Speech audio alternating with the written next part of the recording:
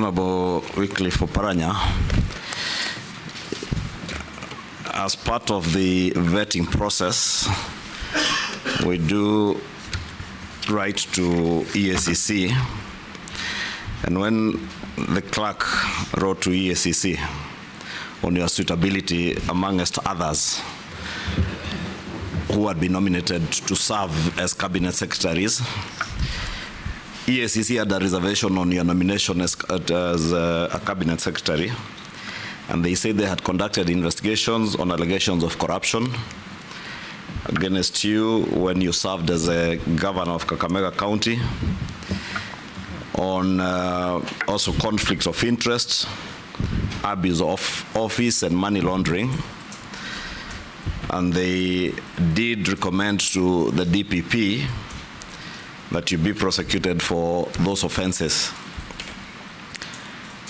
They also aver that you went ahead and obtained conservatory orders from a Kakamega Constitution and Human Rights Court in petition E019 of 2023, and that matter is still pending in court.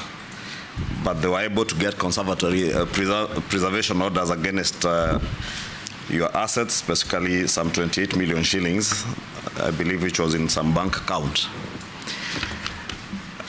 And CS nominee, now you are here before us. I would want you to shed more light on these allegations of corruption, abuse of office, conflicts of person for the time you served as governor of Kakamega County. And now you're being given a bigger job, not in a county, but in the nation. A job that will entail you overseeing not just the cooperative sector, but also the micro, small, medium enterprises development in the country. And these are positions that calls for you to be of impeccable integrity. It's a job that will require you to give Kenyans confidence that they can trust you with their cooperatives' money.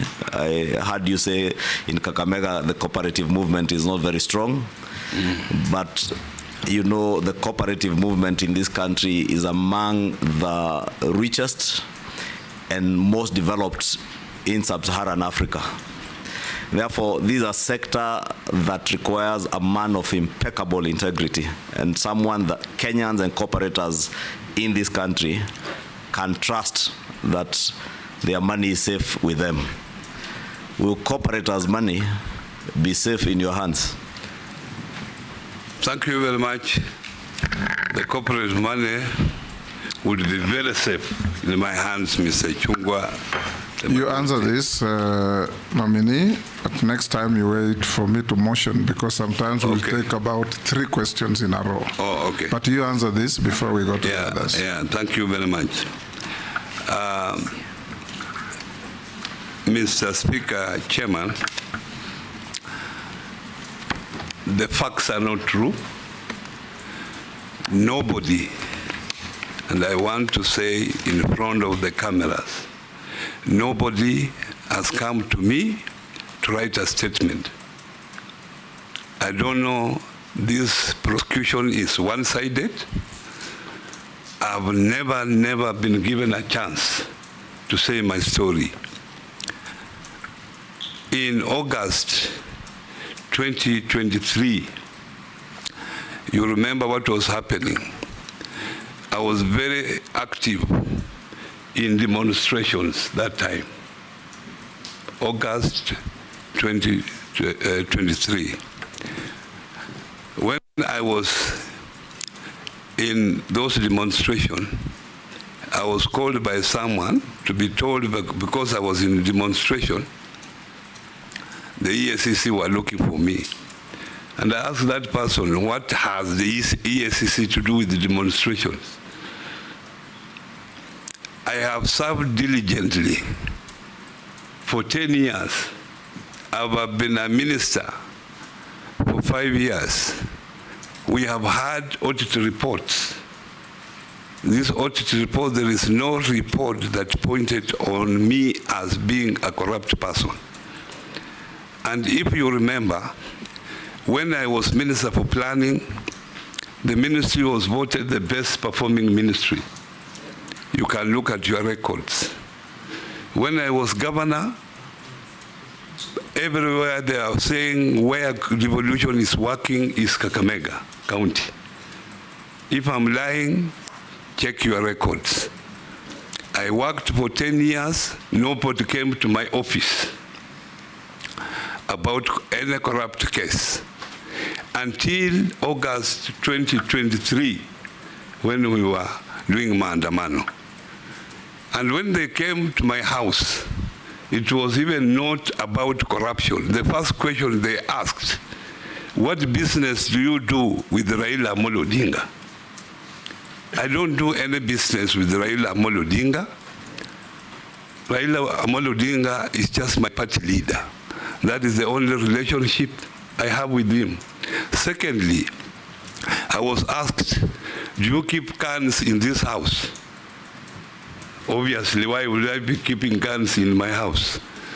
The third question I was asked, that where do you get money that you fund demonstrations?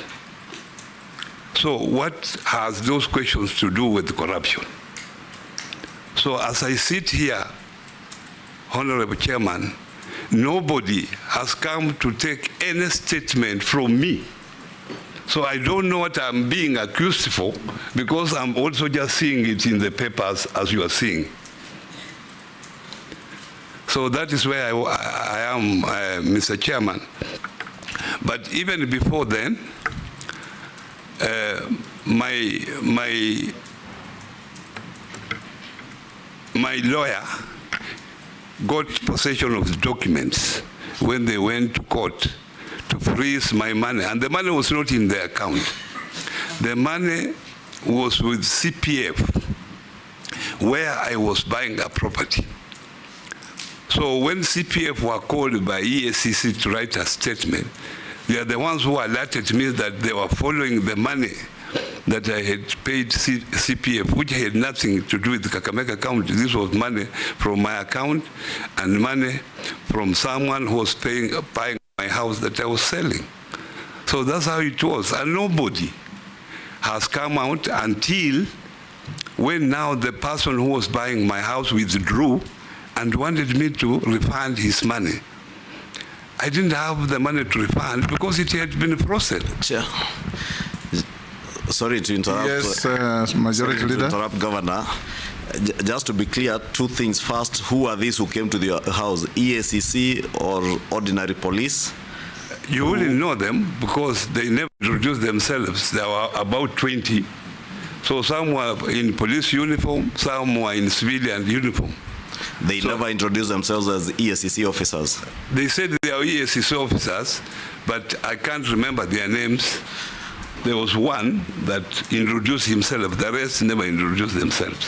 Then the money you are referring to is this money that is has conservatory orders? Yeah, the money was not in my account. It was with CPF where I was buying CPF, this is a county provident fund? Yes. You are buying a house from CPF? Yes. So you had transferred the money to CPF? CPF. And the conservatory orders were put on the CPF account or on your account? Yes. No, to the CPF account. Okay. Yeah. Unit, Minority Leader. Yeah, thank you.